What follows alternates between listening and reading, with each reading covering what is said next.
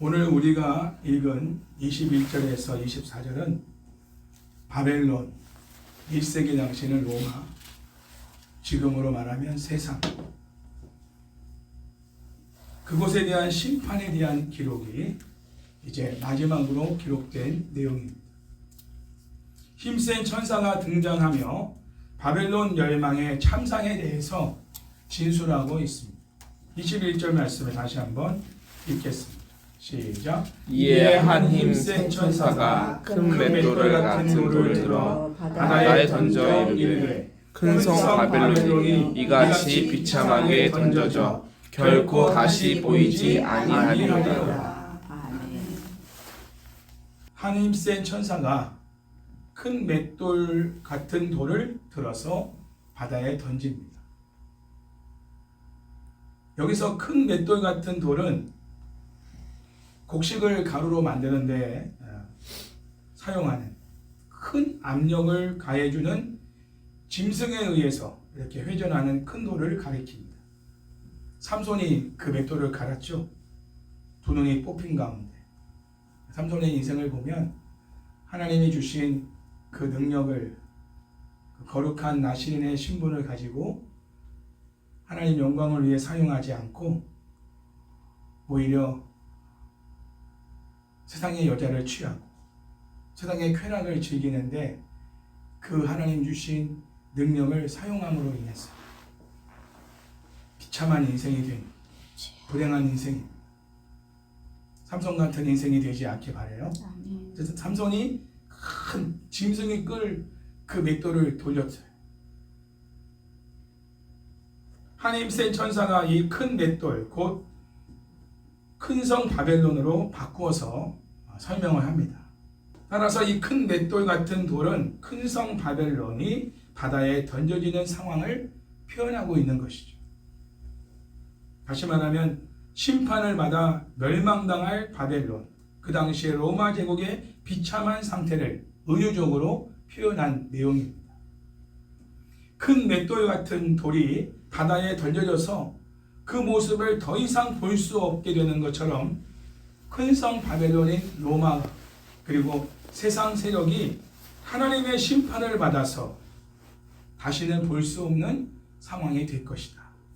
특별히 그 로마가 얼마나 호화스럽고 사치스러운 그리고 음란한 그런 생활들을 하였는가를 보면서 다시는 그러한 광경을 볼 수 없도록 하나님이 완벽하게 심판하실 것이다라는 것을 큰 맷돌을 바닷속에 집어넣어 버려서 다시는 올라올 수 없게끔 만드시는 그 은유적인 표현을 통해 하나님의 심판을 힘센 천사가 표현하고 있는 것이죠. 이러한 천사의 상징적 행동과 말은 에레미야 51장 63절과 64절을 배경으로 하고 있습니다. 제가 읽어보겠습니다. 너는 이 책 읽기를 다한 후에 책에 돌을 메어 유보라데 강 속에 던지며 말하기를 바벨론아, 바벨론이 나의 재난 때문에 이같이 몰락하여 다시 일어서지 못하리니 그들이 피폐하리라 하라 하니라. 에레미야의 말이 이에 끝나니라. 아멘. 에레미야를 통해서 하나님이 바벨론의 멸망에 관한 말씀을 하신 겁니다. 이 에레미야 본문은 바벨론 제국의 영원한 멸망을 선포한 그 책을 돌에 묶어서 유브라데 강 속에 집어 던지는 퍼포먼스를 통해서 시연하고 있습니다. 이러한 퍼포먼스를 통해서 오직 하나님만이 모든 나라들에 대해 절대적으로 통치하고 계시며 그 어떤 세력에 의해서도 하나님의 목적은 좌절될 수가 없고 하나님의 목적을 방해하는 세력은 심판을 받아 멸망하게 된다는 사실을 강조하고 있는 것입니다. 이러한 배경을 요한계시록 오늘 본문에 적용하면 바벨론에 대한 그 로마와 세상 세력에 대한 하나님의 심판은 그 어떤 세력에 의해서도 취소될 수가 없는 불가항력적인 것이다. 이것을 보여주고 있는 모습인 것이죠. 막을 수가 없다. 큰 맷돌 같은 돌이 바닷속으로 던져지는 것은 곱게 얌전하게 떨어지는 것이 아닙니다. 퐁당 떨어뜨리는 게 아니에요. 떨어지는 그 돌 자체에 상당한 폭력이 가해지는 파괴적인 방식으로 심판하실 것이라는 걸 보여주고 있습니다. 하나님이 곱게 굉장히 인격적으로 부드럽게 심판하신다는 얘기가 아니에요. 강력하게 심판하시겠다.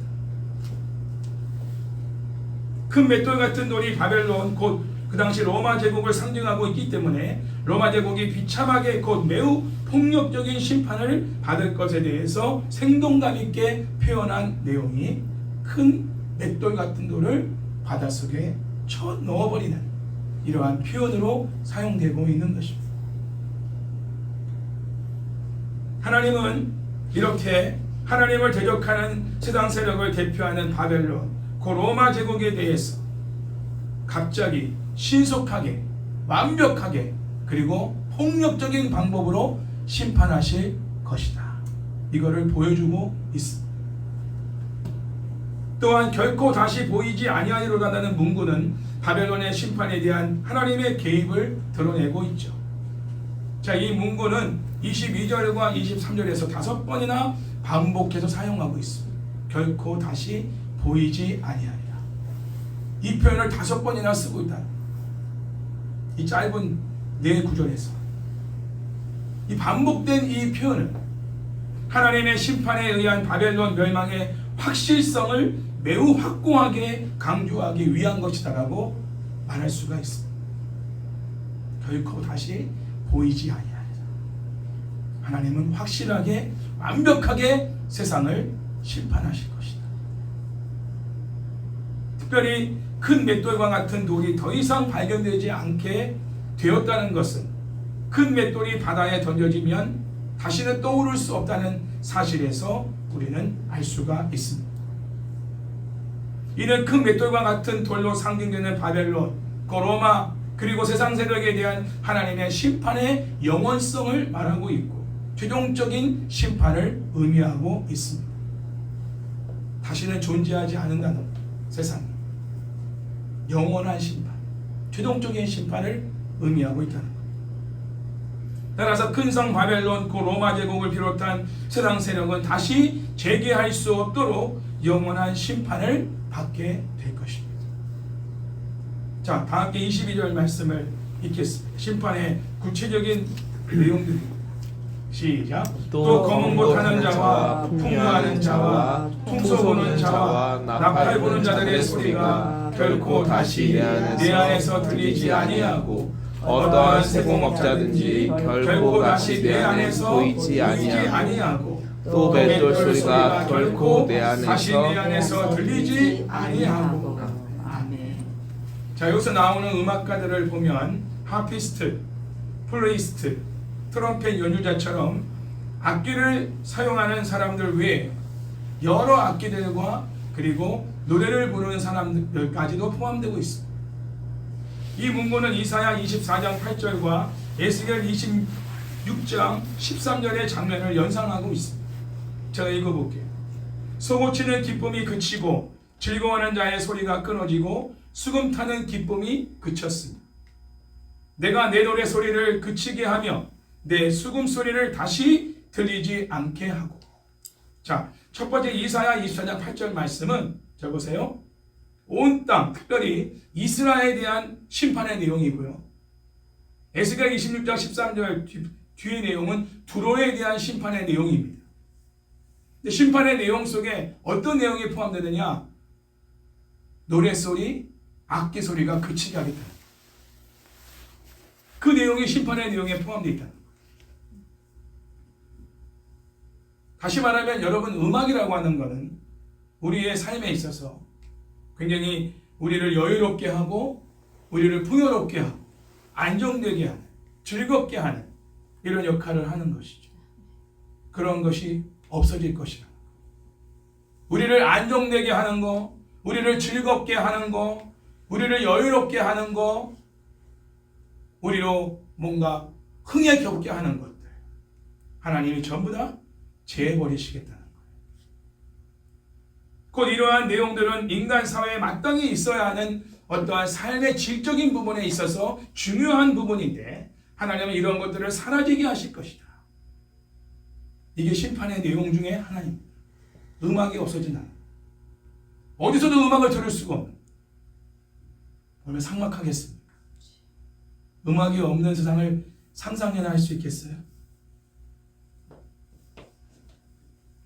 일상생활을 밝게 해주고 기쁨을 주던 음악 소리가 들리지 않는다는 것은 바벨론, 그 로마, 또 세상 세력에 대한 멸망으로 인한 그 도시의 황폐함을 강조하고 있습니다. 여러분, 지금 가자 지구의 음악 소리가 들리겠어요? 매일마다 그냥 폭격을 하고 있는 저 가자 지구, 건물이 수백 개씩 하루에도 그냥 무너져 내리는 저 가자 지구의 음악가들의 연주 소리와 노래 부르는 사람들의 소리가 들리겠습니까? 6.25 전쟁이 막 일어났을 때 여러분, 우리나라 대한민국의 노래소리와 악기 소리가 들렸겠습니까? 황폐한 거예요. 성경에서 음악가의 시조가 창세기 4장 21절에 나오는데, 그는 수금과 퉁소를 잡는 모든 자의 조상인 유발입니다. 유발이 악기를 제일 먼저 만들고 또 음악가로서 제일 먼저 등장한 사람이 유발이라는 사람이에요. 창세기 4장에 나와. 죄로의 타락한 이후에도 하나님의 형상으로 지음받은 인간은 여전히 음악과 같은 문화를 발전시켜 왔습니다. 그러나 이런 문화적 발전은 창조의 목적대로 하나님의 영광을 드러내는 것이 아니라 인간 자신의 자아 실현과 자기 영광이 목적이 되어 바벨탑을 쌓고 말았어요. 시편 150편 3절에서 이러한 음악 소리가 하나님을 찬양하는 도구로 사용되는 경우들을 볼 수 있습니다. 오늘도 우리가 큐티한 내용에도 하나님이 그런 표현들을 하셨죠. 수금으로 소고로 하나님을 찬양하는, 하나님이 악기를 주신 목적은 하나님을 찬양하라고 악기를 주신 거예요. 우리에게 목소리를 주신 것은 하나님을 찬양하라고 목소리를 주신 거예요. 자기를 실현시키고 자기 개발하고 자기 이름을 내고 자기 영광을 드러내라고 바벨탑을 쌓으라고 우리에게 음악을 주신 게 아니에요. 이게 죄로 타락한 인간들의 음악을 사용하는 목적입니다. 찬양이야말로 본래 하나님이 음악을 통해 드러내고자 하신 목적 중에 가장 중요한 목적입니다. 일주일 중에 여러분 찬양을 얼마나 들으십니까? 가요를 부르는 시간과 찬양을 부르는 시간이 어느 정도입니까? 제가 예전에 한번 그런 예를 들었죠. 제가 성대교회에서 성가대 지휘를 하면서 칸타타를 학생들과 지도할 때 제가 대학가요제를 준비하고 있는 상황이었어요. 3차 예선까지 통과됐어요. 그대에게라는 곳, 대학교 때. 마지막 3차 결선, 이제 서울 지부에서 있는 그 날짜가 12월 23일이에요. 23일날 칸타타를 발표하기로 날이에요. 교회에서. 내 하나님이 3차 마지막 예선에서 2명을 뽑아요. 12명 중에서. 서울 지역에서. 전국에서 1명만 뽑고 서울만 2명을 뽑아서 전국적으로 한 14명이 뽑아지면 그때 이제 방송에 타는 거예요. 대학 가요제로. 근데 기타를 치면 노래를 부르는데 쇠가루가 나는 소리, 쇠 부딪히는 소리, 정말 듣기 싫은 소리가 나오는 거예요. 목을 쳐버렸어요, 하나님께서. 몇 번 얘기했죠. 제가 그 학생들한테 회개하면서 자백했어요. 하나님이 내 몸을 찢었다. 어떻게 한 입으로 하나님을 찬양하며 한 입으로 가요제를 준비하고, 너희들 너무 미안하다. 너희들은 정말 이렇게 하나님을 찬양하기 위해서 성탄절을 준비하기 위해서 이렇게 와서 연습하는 너희들한테 부끄럽다. 선생님이었어. 회개하고 오직 칸타타 준비만 집중했어요. 그 이후로는 제가 가요와 멀어지게 됐어요. 하나님은 한 입으로 가요와 찬양을 부르는 걸 원하지 않았어요. 창조의 목적에 가장 합당하게 음악을 사용하는 것은 하나님을 찬양하는 데 사용하는 거예요. 그 외에는 자기를 실현시키고 자기의 이름을 드러내고 자기 영광과 자기 흥을 위해서 하는 것이지, 그 음악이 하나님과 아무 무관이 아니에요. 관계가 없는 거예요. 찬양도 자기의 흥을 위해서 찬양을 부른다면 바벨탑을 쌓는 겁니다. 찬양을 들을 때도 나의 만족과 위로와 어떤 내 안의 기쁨을 위해서 찬양을 듣고 부른다면 바벨탑을 쌓는 거예요. 중심에 하나님이 있어야 돼요. 할렐루야. 그분을 위한, 그분을 높이고 그분으로 기뻐하고 그분께 감사하기 위해서 찬양을 해야지, 내 마음을 위로하고 안정시키고 평안함을 얻고, 이거는 하나님이 찬양을 받으신 이후에 우리에게 주시는 복들인 것이지, 그걸 목적으로 우리가 찬양을 듣고 부른다면 목적이 바뀐 거죠. 내가 그 평안함을 얻으려고 찬양을 듣는 거잖아요. 하나님이 주셔야 되는데 내가 기쁨을 얻으려고 찬양을 부르는 거 아니에요. 스트레스 풀라고 그 하나님이 풀어주셔야지. 온전한 찬양으로 하나님께 영광 돌리면 하나님이 내 스트레스, 내 마음의 위로 주시겠죠. 할렐루야. 목적이 바뀌어버려요. 또한 큰 도시 바벨론의 모든 기술을 가진 장인들도 결코 다시 찾아볼 수 없게 되었다라고 말합니다. 여기서 모든이라는 표현은 철저한 심판을 강조합니다. 모든 기술이란 당시 존재했던 기술을 총망라하죠. 예를 들면 금속 제조, 벽돌 제조, 유리 제조, 목공 제조, 향수 제조, 장막 제조, 의류 직조, 피부 관리 기술, 화장품, 염색 기술, 도자기 기술, 조각 기술, 석조 기술, 건축 기술, 모든 기술들을 망라합니다.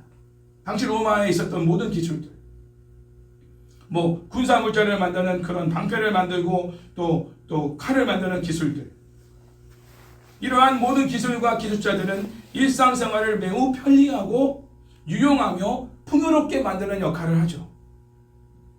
이러한 기술의 원조는 창세기 4장 22절에 구리와 쇠로 여러 가지 기구를 만드는 기술을 보유했던 두발 가인이 있습니다. 이 두발 가인이 시조입니다. 음악은 시조가 누구라고요? 두발. 아니, 음악, 유발. 그리고 금속공예, 이런 어떤 기술 장인의 시조는 누구라고요? 두발 가인. 성경에 나옵니다. 자, 이러한 기술 문화는 하나님의 형상대로 지음받은 인간에게 주어진 특별한 재능입니다. 여러분에게 그런 재능을 주셨습니다. 그림 그리는 재능, 노래하는 재능, 수학을 잘 푸는 재능, 영어를 잘하는 재능, 잘 가르치는 재능, 잘 만드는 재능, 잘 정리하는 재능, 잘 쓰는 재능 주셨어요. 그러나 이러한 기술들이 하나님의 영광을 위해서가 아니라 자신을 영화롭게 하기 위한 도구로 사용된다면 그 또한 하나님의 심판을 면치 못할 것입니다. 대표적으로 바벨탑 사건. 하나님이 주신 기술로 벽돌을 쌓아서 어마어마한 탑을 쌓았잖아요. 하나님이 심판하셨어요.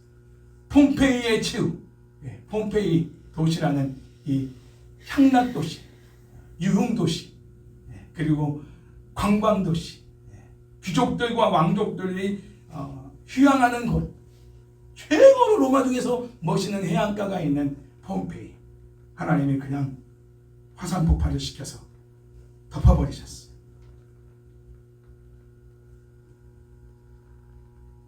(22절에서) 심판받은 음녀 바벨론의 네 번째 모습이 나오는데, 그것은 맷돌 소리가 다시는 음녀 바벨론 가운데 들리지 않게 되었다는 것입니다.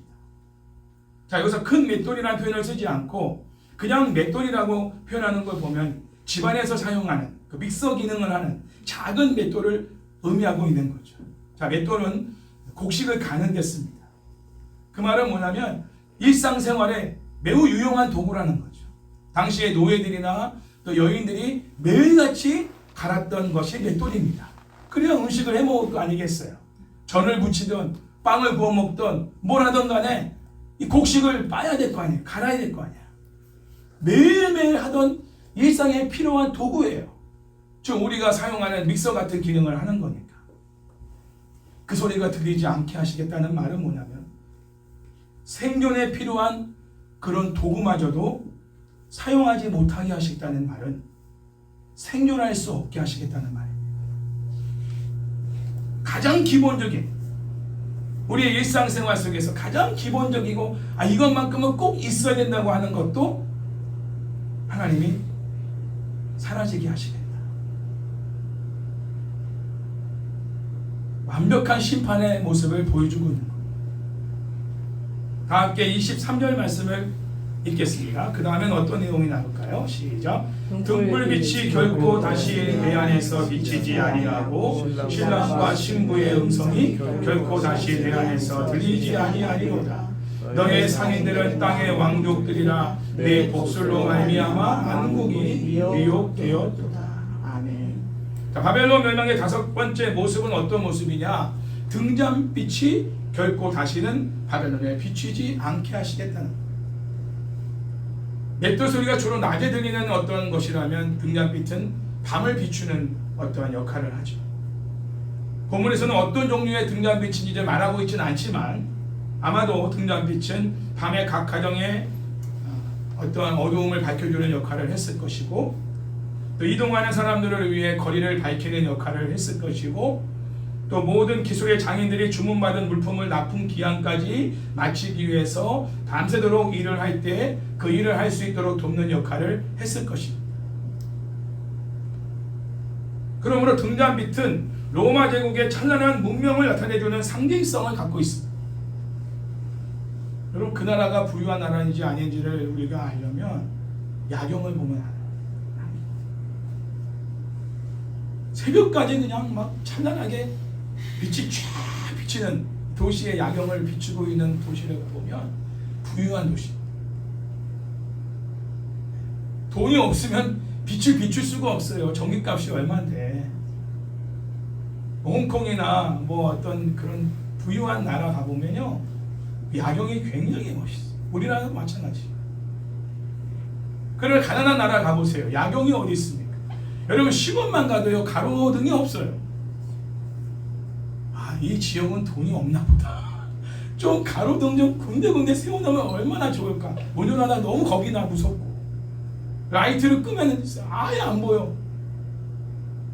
시골길은 뭐 말할 것도 없고 일반 도로도 가로등이 없는 그런 지역들이 아직도 많아요. 서울은요, 어디 가도 가로등이 없는 곳이 없습니다. 같은 대한민국 안에 있어도 돈이 많은 시와 돈이 부족한 시는 그런 데서 차이가 나요.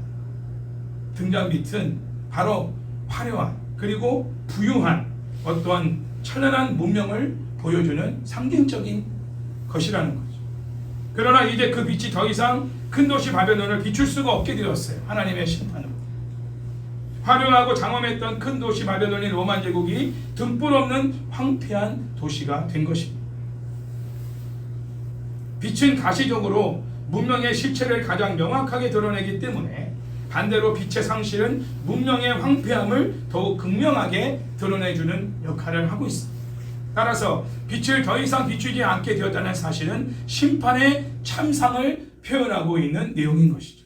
황폐하다. 끝으로 바벨론 멸망의 마지막 모습은 신랑과 신부의 음성이 다시는 들리지 않는다는 것입니다. 인간관계에 가장 친밀한 유대감을 가져오는 이 결혼식의 기쁨은 과거의 일이 되어버렸습니다. 결혼식 축제의 흥겨운 소리는 영원한 침묵으로 변하게 되었다는 것. 이런 내용은 에레미야 7장 34절, 16장 9절, 25장 10절 말씀을 배경으로 하고 있습니다. 잘 들어보십시오. 그때 내가 유다 성읍들과 예루살렘 거리에 기뻐하는 소리, 즐거워하는 소리, 신랑의 소리, 신부의 소리가 끊어지게 하리니 땅이 황폐하리라. 자, 그 다음 말씀. 만군의 여호와 이스라엘의 하나님께서 이와 같이 말씀하시니라. 보라, 기뻐하는 소리와 즐거워하는 소리와 신랑의 소리와 신부의 소리를 내가 내 목전 내 시대에 이곳에서 끊어지게 하리라. 그 다음 말씀. 내가 그들 중에서 기뻐하는 소리와 즐거워하는 소리와 신랑의 소리와 신부의 소리와 맷돌 소리와 등불빛이 끊어지게 하리니. 자, 이 에레미야 본문에서는 하나님께서 하나님의 백성인 이스라엘 백성들을 심판하실 때 사용하신 말씀이에요. 여러분, 하나님의 백성들도 하나님을 떠나고 배도하고 첫사랑을 잃어버리고 우상을 숭배하면 신랑과 신부의 즐거워하는 소리를 끊어지게 하는 방법으로 심판을 진행하시겠다고 말씀하십니다. 기쁨의 소리, 노래 소리 끊어지게 하겠다. 애곡하는 소리만 나오게 하신다. 애곡하는 소리. 요한계시록 문맥에서도 음녀 바벨론은 심판을 받아 신랑과 신부의 즐거워하는 소리가 끊어지게 되었으니, 이와는 대조적으로 교회 공동체는 예수 그리스도의 신부가 되어 어린 양의 혼인잔치에 청함을 받게 되는 특권을 부여받게 되는 것이죠. 극명하게 달라집니다. 23절은 왜냐하면이라는 접속사로 시작되고 있는데, 이 접속사를 통해 바벨론, 그 로마 제국이 멸망하여 다시는 발견되지도 들려지지도 않게 될 것에 대한 세 가지의 이유를 23절과 24절에서 제시하고 있습니다. 자, 바벨론, 로마 제국, 세상이 멸망받아야 될 이유, 첫 번째 이유가 뭐냐? 바벨론에 속해 있는 상인들이 땅의 왕족들로서 하나님에 대항하여 스스로 높아진 존재이기 때문이랍니다. 하나님이 왜 로마를 멸망케 했느냐? 아까 말한 거는 멸망에 대한 어떤 그런 모습이죠. 참상. 멸망하는 가운데 모든 걸 다 사라지게 하시는 거예요. 그럼 멸망한 이유가 뭐냐? 교만한 거예요. 교만한. 땅의 왕족들이 이런 표현을 쓰고 있어요. 땅의 왕족들. 땅의 상인들을 땅의 왕족들이라고 표현하고 있어요. 그들이 뭘 하느냐? 하나님을 대항하는 거. 대적하는 거. 여기 우리도 하나님을 대항하고 있어요. 하나님 뜻을 알고도 그 뜻을 내가 따르지 않고 내 뜻대로 밀고 나간다? 하나님 대적하는 겁니다. 부모님한테 대적하는 게 뭐예요? 부모님의 말을 듣고도 내 멋대로 행동하는 건 부모님하고 싸우는 거예요, 지금. 그렇잖아요? 그게 부모님을 대적하는 거예요. 우리가 하나님 말씀을 듣고도 한쪽 귀로 듣고 한쪽 귀로 흘려보내고 결국 내가 살아가는 방식은 내가 원하는 대로 살아간다면 그거는 하나님을 대적하고 있는 거예요. 하나님과 원수가 되어 있는 거예요. 그렇게 하나님과 원수가 되게 하는 게 내 안에 있는 죄와 욕심과 그리고 사탄의 세력들이 그 일을 하게 만드는 겁니다. 그래서 우리가 죄인은 사랑하되 죄는 미워한다는 말은 뭐냐면, 그렇게 하는 자가 누구냐면 내 속에 있는 죄가 그렇게 하고 있는 거예요. 내가 원치 않는 바 그 일을 행하게 만드는 게 누구냐? 내 안에 있는 죄와 육체의 정욕과 사탄의 세력이 내가 원하지 않은 일을 하게 만드는 거예요. 원하지 않는 말을 하게 하고 원하지 않는 행동을 하게 해서 권위자들을 대적하고 하나님을 대적하게 하는 일을 행하게 하는 것이죠. 그래서 그 사람들은 우리가 불쌍하게 여기고 기도해 줘야 될 사람들이지만 그렇게 하는 모습 속에서 우리는 죄를 보는 거야. 사탄을 보는 거야.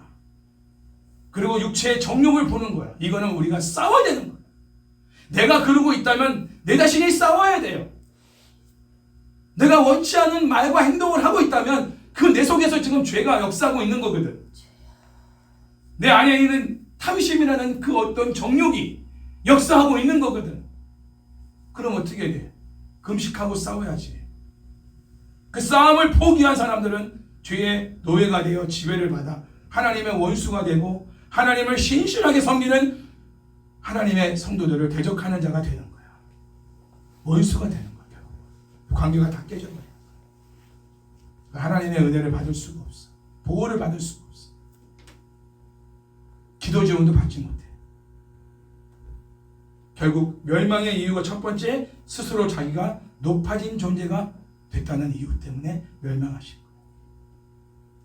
여러분도 스스로 높아져 있는 상황이라 하면 하나님의 심판이 곧 임할 겁니다. 낮아지기 바랍니다. 기도할 때 하나님 나를 낮추어 주십시오. 나를 겸손. 오늘 2월달 달력 보면 주제가 뭐예요? 겸손이에요. 겸손. 우리 교회 달력 하나님의 성품. 2월달에 우리가 얻어야 될 성품이 뭐냐? 겸손입니다. 그 겸손하기 위한 실천 과제도 거기 나와 있어요. 달력을 그냥 보지 말고 그 내용도 보면서 기도하면서 살피세요.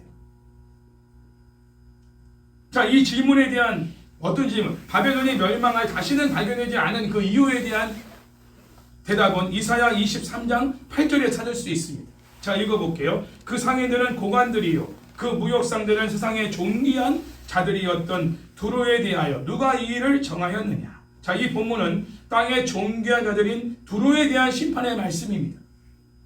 이사야 본문에서 두로 곧 땅의 존귀한 자들은 요한계시록 본문에는 바벨론 곧 로마 땅의 왕족들과 같은 의미를 갖고 있습니다.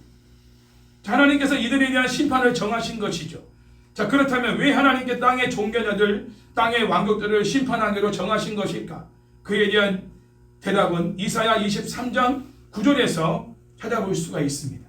잘 들어보십시오. 만군의 여호와께서 그것을 정하신 것이라. 심판하기로 정하신 것이라. 모든 누리던 영화를 욕되게 하시며. 자, 땅의 귀족들, 왕족들이 어떻게 살았다고요? 땅에서 많이 누렸대요. 그걸 욕되게 하시며. 두 번째, 세상의 모든 교만하던 자가 멸시를 받게 하려 하십니다. 두 번째 특징이 뭐라고요? 모든 교만. 모든 것에 교만한 거야. 어느 부분만 뭐 인사 하나 안 하는 그런 어떤 부분의 교만이 아니라 모든 상황에서 교만한 거야. 배는 게 없어. 위가 없어, 위가. 하나님도 안 보여. 자기 위에 아무도 없어. 내가 왕이야. 내가 귀족이야. 내가 왕족이야. 누가 나한테 뭐라 해? 내 마음대로 할 거야. 알아서 할게요. 신경 꺼요. 내가 알아서 한다니까. 나한테 왜 이래라 저래라. 왜? 목사님이면 다예요? 하나님이면 다야? 내 인생은 나의 것이야. 내가 알아서 할 거야. 신경 꺼. 알아서 할게. 그걸 어떻게 한다고요? 멸시를 받게 만드시겠대요. 하나님께서. 이게 심판이에요. 세상 사람들에게 멸시를 받게, 짓밟힘을 받게 만드시겠다. 그게 하나님 심판. 교만한 사람들은 낮추시는데 그냥 낮추는 게 아니라 멸시를 받게 만드신다. 손가락질 당하고 무시당하고 밟히는 인생이 되게 하시겠다. 세상에서. 누리던 것들은 그 누리던 영화는 어떻게 해요? 욕되게 하신답니다. 욕되게. 욕먹게 하신다는 거예요. 그게. 자, 이 본문에 의하면 이거는 두로. 이 두로는 세상의 모든 영화를 누리며 교만했던 나라입니다. 그들에 대한 심판의 내용이죠. 심지어 에스겔서 28장 5절에 두로는 재물로 말미암아 마음이 교만해져서 무엇으로 말미암아? 재물로 말미암아. 돈 때문에. 돈이 많아졌어. 재물로 말미암아 교만해져서 28장 9절에서 자신을 신적인 존재로까지 여기는 말을 합니다. 찾아서 한번 읽어보세요. 재물의 풍성함으로 교만한 두로의 상업 시스템을 와해시켜버리고 무역의 패턴을 파괴하여 쾌락을 즐기는 생활을 멈추게 함으로써 그들을 심판하시기로 작정하신 분은 바로 여호와 하나님이시다. 못하게 하신다는 거예요. 그 짓거리를 못하게 하나님이 모든 경제 시스템을 파괴시켜버립니다. 지금 이 경제 공황도 하나님이 악을 행하는 자들이 더 이상 악을 못하게, 악한 짓을 못하게 하나님이 막으시려고 치고 있는 부분일 수 있어요. 부동산 투기 같은 거. 빌라 사기 얼마나 많았어요, 지금요. 저는 한 사람만 그런 줄 알았더니 이게 뭐 한두 사람이 아니야. 수천 수만 채의 사기를 당한 거예요. 그 피해를 본 사람들이 어마어마하고 영끌해가지고 아파트 투자했던 젊은 20대들 지금 완전히 쪽박 타가지고 그냥 지금 신용불량자가 돼 있어요. 돈이 많아지면 교만해져요. 먹고 쓸 만큼만 갖고 살아야지 돈을 차곡차곡 쌓았잖아요. 내 교만도 같이 올라갑니다.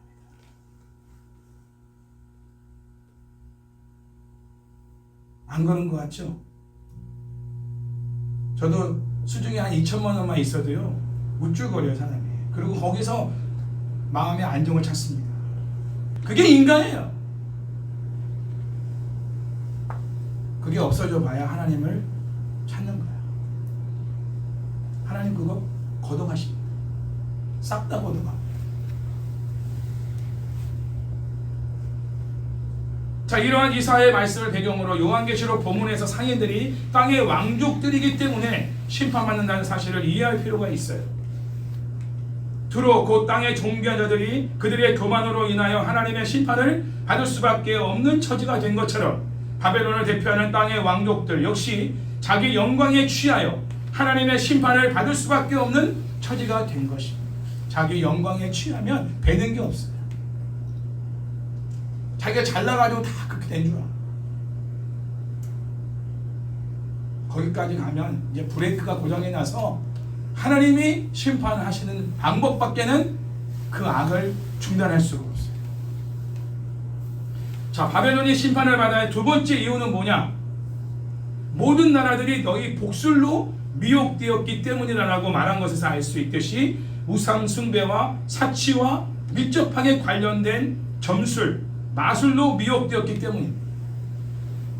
이 문구 역시 왜냐하면이라는 접속사로 시작이 됩니다.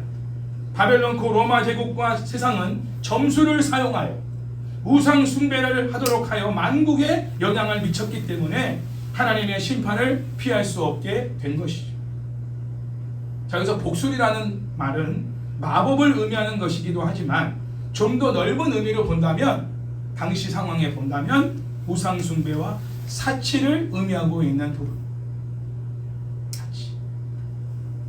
또한 복술은 마귀적인 능력과 관련되어 하나님을 예비하는 행위와 정반대가 되는 행위를 의미합니다. 그리고 요한계시록에서 복술을 행했다는 표현은 음녀 바벨론 곧 로마 제국이 모든 나라들을 우상 숭배하도록 이끌었다는 것이죠. 그래서 하나님의 심판을 받게 된 거예요. 여러분 기억하세요. 우상 숭배와 사치는 같이 갑니다. 돈이 우상인 사람들은 돈만 모으는 게 아니라 사치스러운 삶, 호화로운 삶을 추구해요. 돈이 목적인 사람. 여러분 주변에도 여러분 친구들 중에 명품 뭐 티 하나도 뭐 몇십만 원짜리 사 입고 가방 몇 개씩 막 사고 그걸 즐기는 친구들이 있을 겁니다. 그 물질을 주신 것도 하나님의 영광을 위해 쓰라고 주신 거거든요. 그런데 그 영광을 자기에게 돌리고 있는 거예요. 자기 만족과 유익을 위해 가지려 했던 지난 날들. 저거 차단했잖아요, 우리가. 자기 중심적인 거예요. 그 물질을 모으는 목적도 나를 위해 모으는 거야. 하나님 나라와 그의 의를 위해서 돈을 모으는 게 아니라.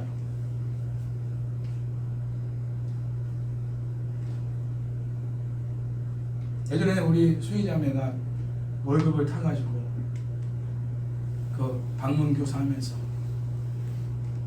그 교육비 받은 거 가지고 교회에다가 필요한 거 김을 사야 되면 그냥 그거 바로 그냥 드려버려. 그거 메꿔야 되면 나중에 다 자기가.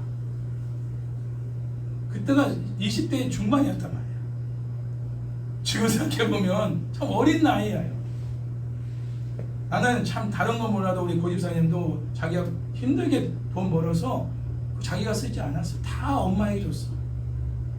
그래서 엄마가 그 돈 가지고 생활하고 그리고 수희자매 결혼할 때도 큰 역할을 한 거예요. 용돈 받았었어. 나는 참 그걸 귀하게 생각해. 하나님이 왜 이렇게 하나님이 귀한 사업가로 세우시는가를 보면 다 이유가 있는 거예요. 이유가. 이유 없이 하나님이 주시지 않아요. 물질에 욕심이 없어. 더 모으고 더 하는 것. 내가 사실 이번에 장롱 작은 거 하나 버렸잖아요. 솔직히 고집사 같이 버렸는데 제가 우리 집사람한테는 표현했지만 고집사님한테 내가 표현을 안 했어. 그거 고집사님이 성가대 가운을 얻기 위해서 성도들 돈 모아가지고 한 거예요. 나는 참 눈물이 났어. 버리고 싶지 않았어. 지금. 가정을 하니까. 가운도 그 돈 모아서 가운 산 거예요. 돈이 있어서 한 게 아니라. 깡통 들고 다니면서. 누구를 위해? 내가 먹고 내가 쓰고 내가 뭐 명품 하나 사 입고 나 집 사기 위해서 한 게 아니에요. 그분의 뜻과 영광을 위해서 돈을 모은 거야. 그걸 버릴 때 내 마음이 얼마나 쓰리고 아팠는지. 사모한테는 그 얘기를 했어요. 이게 의미가 있는 건데. 나는 그래서 이 레이도 굉장히 내가 사모하고 애끼고 애지중지하고 닦고 기름칠하고 그러는 겁니다. 이제는 그만하라고 여러분들이 하지만 제 마음에 지울 수가 없어요.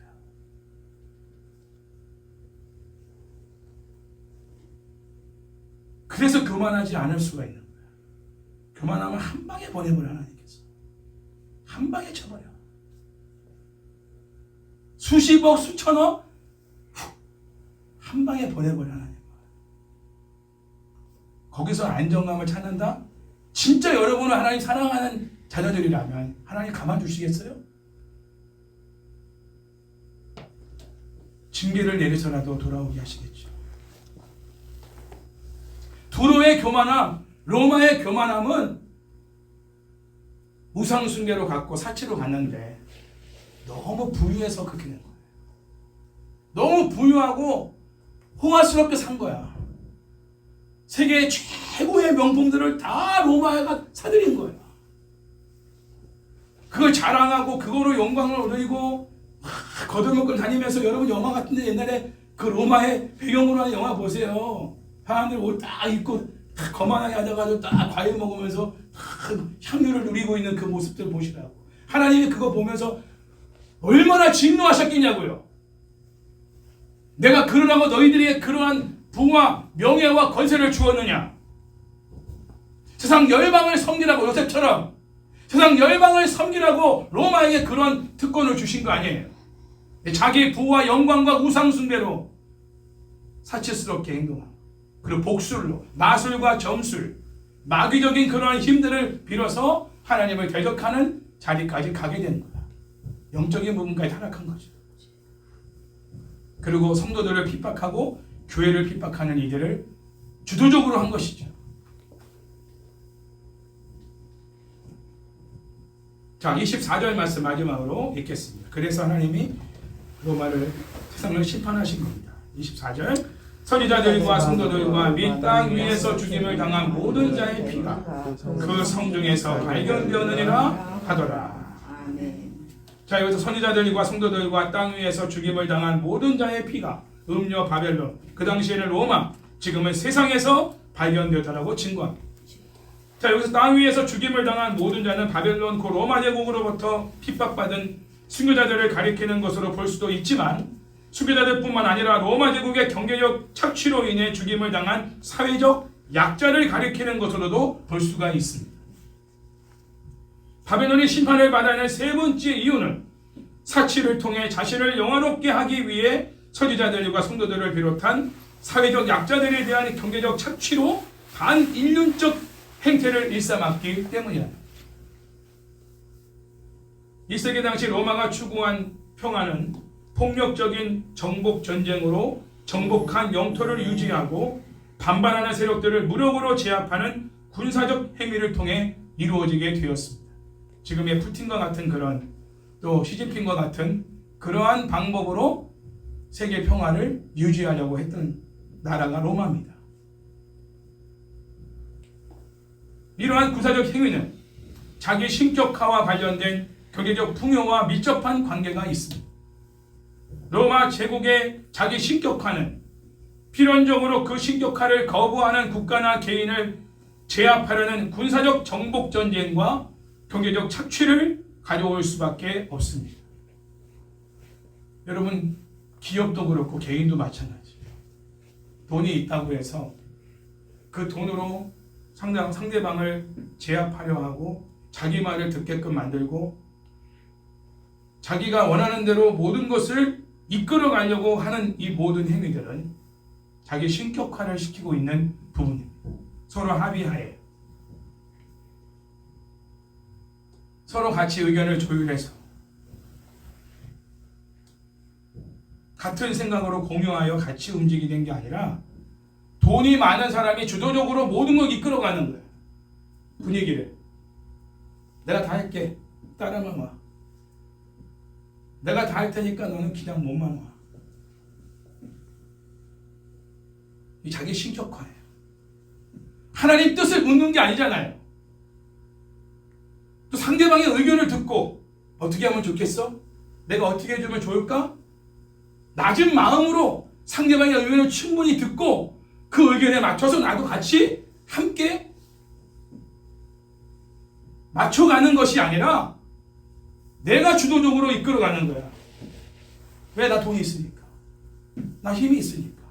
넌 내 말만 듣고 따라와. 내가 알아서 할게. 이건 무서운 겁니다. 이거는. 자기 신격화예요. 돈 많은 사람들이 주로 그렇습니다. 내가 알아서 할게. 야, 너는 그냥 오기만 해. 내가 알아서 다 해놓을 테니까. 여러분, 그런 사람하고는 절대 어울리지 마세요. 모든 걸 함께 할 수 있는. 그래서 경제적인 어떤 수준도 비슷해야 돼요. 친구가 되려고 해도. 너무 부유한 친구하고 가난한 친구하고 같이 만나면요, 이게 서로가 하나가 될 수가 없어요.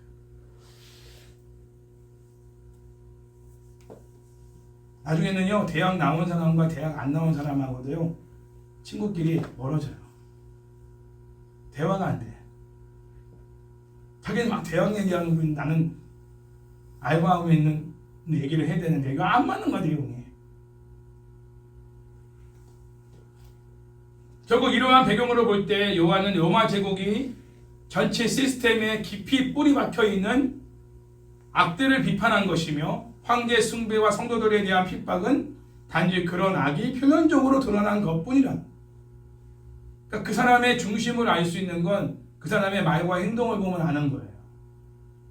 겉으로 드러나는 것이 바로 그 사람의 속에 있는 악을 드러내고 있는 거예요. 겉으로는 잘 몰라요. 그러니까 로마가 얼마나 부패하고 악이 가득했는지는 무엇을 통해 아느냐? 단지 표면적으로 드러난 황제 숭배, 성도들에 대한 핍박, 자, 이런 모습들이 드러난 거죠. 그러나 그건 하나의 빙산의 일각에 지나지 않는 거예요. 그 속에는 어마어마한 악이 가득해서 하나님의 심판을 받을 수밖에 없는 그런 상태에 있다는 거. 이거를 우리는 몰라. 못 보니까. 드러나는 것밖에 우리는 못 보니까. 그러나 하나님은 아시는 거예요. 반드시 심판하시되 너 나의 백성들아 어서 속히 나와라. 그들의 죄에 참여하지 말지며 그들이 받을 재앙에 참여하지 말지어다. 왜? 하나님은 그들의 악이 어마어마하게 깊기 때문에, 뿌리 박혀 있기 때문에 이걸 뽑을 수가 없어. 심판밖에 답이 없어. 근데 몰라. 하나님의 백성들이 모르니까 나오라는 거야. 그래도 안 나오면 같이 망할 수밖에 없어. 이런 모습을 에스겔 28장 16절에 18절에서 두로에 대한 심판의 내용에 나타나 있습니다. 잘 들어보세요. 참 기가 막힌 두로가 어떤 나라인지를 아주 정확하게 표현하고 있습니다. 내 무역이 많으므로 내 가운데 강포가 가득하여 내가 범죄하였도다. 너 지키는 구루바, 그러므로 내가 너를 더럽게 여기시네. 하나님의 산에서 쫓아냈고 불타는 돌들 사이에서 말하였도다. 심판의 하나님으로서 말씀하시는 거죠. 내가 아름다움으로 마음이 교만하였으며 내가 영화로움으로 내 지혜를 더럽혔으며 내가 너를 땅에 던져 왕들 앞에 두어 그들의 구경거리가 되게 하였도다. 내가 죄악이 많고 무역이 불의함으로, 불의하게 무역을 한 거예요. 내 모든 성소를 더럽혔으며 내가 내 가운데서 불을 내어 너를 사르게 하고 너를 보고 있는 모든 자 앞에서 너를 땅 위에 재가 되게 하였도다. 하나님이 두루를 향하여 실체를 말씀하시고 그래서 너희를 내가 심판한 것이다. 말씀. 자, 이곳에 두로가 폭력적인 경제적 착취를 통해 부를 축적된다는 사실을 말하고 있어요. 로마와 똑같아요. 폭력적인 방. 많은 무용으로 축적된 두로의 부요는 두로로 하여금 스스로 교만하여 영화롭게 하였으며 그것이 하나님이 심판하시는 원인이 되었다는 사실을 알 수 있습니다. 자, 여러분, 저와 여러분이 그렇게 많이 부유하지 않은 것에 감사합니다. 그리고 좀 조금 교만해지려고 하나님이 또 싹 낮춰주시고 알아서 얼마나 감사해요. 늘 구해야 되는 이 상황. 겸손하게. 18절에서는 죄악이 많고 무역이 불의함으로라고 하여 다시 두로의 죄악이 많은 것과 무역이 불의한 것을 동일시하고 불을 내어 너를 사르게 하고 너를 보고 있는 모든 자 앞에서 너를 땅 위에 죄가 되게 하였다를 심판의 원인으로 제시하고 있습니다. 요한계시록 18장 24절에서 큰 도시 음녀 바벨론 그 로마 제국 안에 음악가의 소리와 맷돌 소리 신랑 신부의 소리가 들리지 않고 모든 기술의 장인들이 발견되지 않는 대신 순교자들의 피가 발견된 것이 바벨론 그 로마 제국이 하나님의 심판을 받아 멸망할 가장 근본적인 이유라고 볼 수가 있는 것입니다. 결국 교만하여 부유하고 사치하고 우상숭배하고 그리고 교만한 사람들이 결국 마지막으로 향하는 공격의 대상은 신실하게 하나님을 섬기는 성도들, 세상과 타협하지 않는, 그리고 그것이 곧 누구를 대적하는 것이냐? 하나님을 대적하는 것이다. 처음엔 그러지 않아요. 너는 너, 나는 나. 너는 그냥 열심히 교회 다녀. 너는 열심히 신앙생활해. 나는 그런데 관심 없어. 처음에는 인격적으로 나를 대해주는 것 같아요. 그러나 분명히 성경은 말합니다. 호화스럽고 사치스럽고 부유한 모든 것에는 우상숭배가 같이 껴있는데 우상숭배와 사치는 같이 가고 있다는 거기에 플러스 알파 자기 영광. 저번 주 말씀드렸죠? 이게 죄의 세트라고. 세트. 이거는 세트 메뉴야. 우상숭배, 사치, 자기 영광, 교만. 자, 이런 사람이 마지막으로 향하는 대적 대상이 누구냐? 로마가 보여주고 있듯이, 두로가 보여주듯이, 지금 우리 주변에 있는 사람들을 통해 볼 수 있듯이 마지막 공격 대상은 교회와 신실하게 하나님을 섬기는 성도들과 가족들, 그리고 하나님을 대적하는 자리에 간다. 그의 근본적인 심판의 이유가 되는 거예요. 그걸 통해서 봐라, 니네가 이렇게 악한 자들이라는 걸 하나님이 증명하여 그들이 받는 심판에 대해 그들이 할 말을 못하게 만드시는, 그 실체까지 다 드러나게 만드시는 거예요. 물론 그 과정에서는 신실한 성도들의 순교가 있고 죽음이 있고 투옥되는 게 있고 경제적인 압박과 어려움을 당하는 고통의 순간은 있어요. 그러나 하나님은 그 상황에서도 인내하고 참을 수 있는 믿음을 주시죠. 그러나 그들의 악이 다 드러날 때까지, 그래서 하나님이 분명한 그 이유를 대시고 그들을 멸망하실 때까지 하나님은 기다리시고 보고 계십니다. 가만히 보고 계십니다. 그러나 때가 차면 하나님이 바로 즉각적으로 한순간에 심판해서 다시는 이러한 모습을 볼 수도 없게끔 만들어버리시는 하나님이시다. 이걸 오늘 마지막 바벨론 심판에 관한 내용을 전하면서 쐐기를 받고 있는 말씀입니다.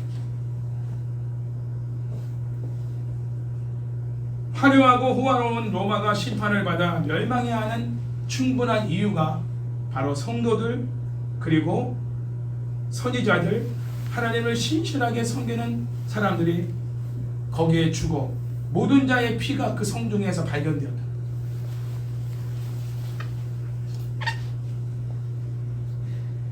하나님은 성도들이 세상에서 억울하게 흘린 피의 값을 세상에서 반드시 취하십니다. 어느 나라나 어느 집단이나 어느 개인일지라도 주의 복음을 전하는 선지자들과 성도들의 피를 흘리게 한 나라와 집단과 개인은 하나님이 반드시 심판하십니다. 지금도 진행 중입니다. 더욱이 그들은 복술 곧 미신을 통해 만국을 미혹하게 하여 성도들을 미워하게 하고 성도들을 반역자로 몰아 죽게 하였습니다. 음녀 바벨론 곧 로마 제국은 음행으로 만국을 무너뜨리고 성도의 피를 흘리게 했지만 결코 멸망하지 않을 것이라는 오만한 자신감으로 가득 차 있었습니다. 여러분 주변에도 오만한 자신감으로 가득 차 있는 사람들이 있을 거예요. 나는 결코 망하지 않을 것이다. 내 회사는 결코 망하지 않는다. 우리 집은 결코 망하지 않는다. 오만한 자신감. 또한 하나님의 영광을 가로차여 자신을 영화롭게 하는 사람들. 그러나 음녀 바벨론 그 로마 제국은 하나님의 심판을 받아 순식간에 멸망하고 말았습니다. 역사적인 증거입니다. 호화롭고 사치스러운 삶으로 교만하고 오만해진 자들도 하나님의 영광을 가로채 자신을 영화롭게 하고 있습니다. 이것이 그들로 한순간에 멸망하게 하는 이유가 되는 것이죠.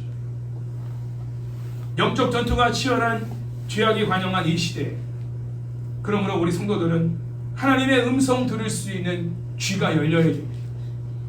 영적인 귀가 열려야 됩니다. 우리 인선 집사가 그런 기도 제목을 내놨잖아요. 하나님 뜻을 분별할 수 있는, 하나님의 음성을 들을 수 있는 은혜를 달라고 기도 요청합니다. 이 선택이 과연 나의 뜻인지 하나님 뜻인지 이거를 분명하게 알기까지 계속 물어야 되는 이 과정이 힘들지만 그 과정이 가장 안전하고 빠르고 가장 완벽한 길이라는 사실을 우리가 알기 때문에 두드리고 또 두드려서 하나님 앞에 묻는 거예요.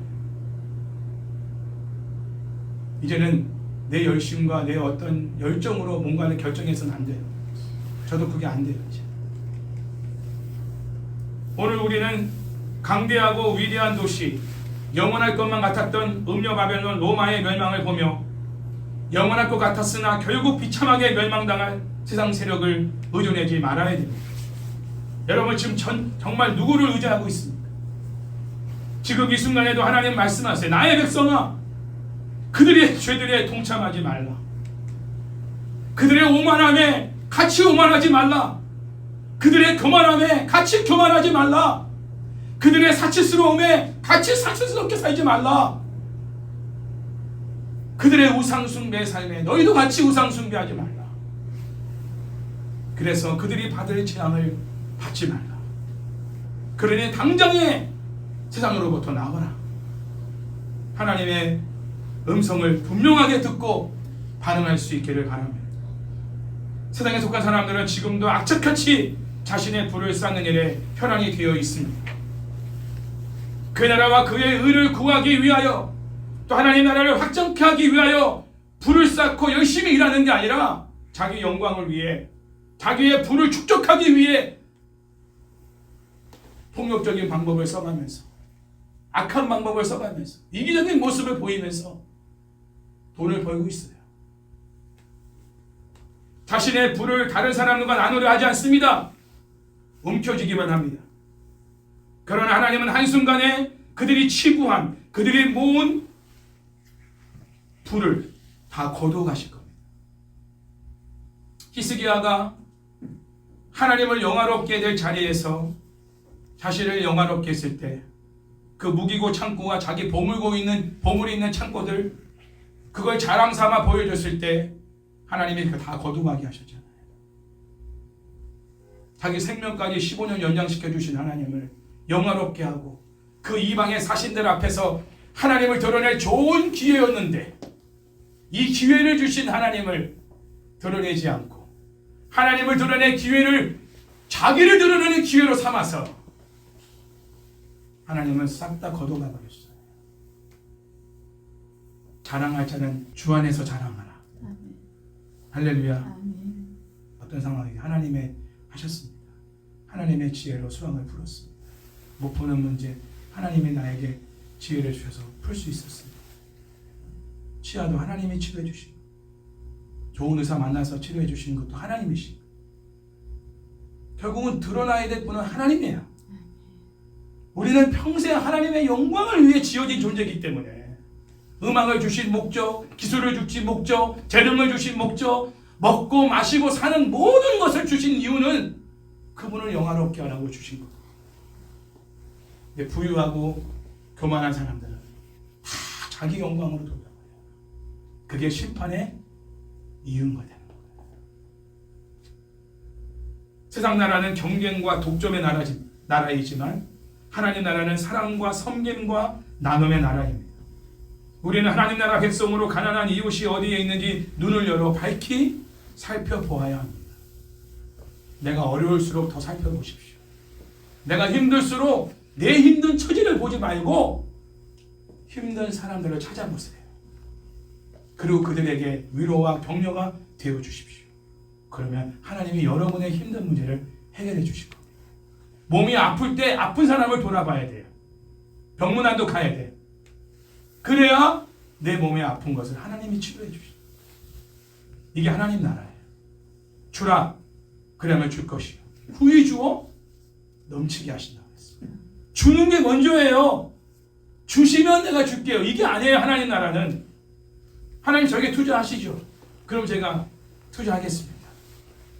세상 나라입니다. 하나님 나라는 네가 주라. 그러면 후히 되어 넘치도록 채워주리라. 없는 것을 보지 마시고 있는 것을 보시고 그 있는 걸 누구에게 나눌까? 눈을 밝히며 찾아보십시오. 그걸 하나님이 찾게 하셨으면 그걸 주세요. 그러면 하나님이 여러분의 필요를 채워주실 겁니다. 그게 하나님의 방법입니다. 그게 하나님 나라의 경제 시스템이에요.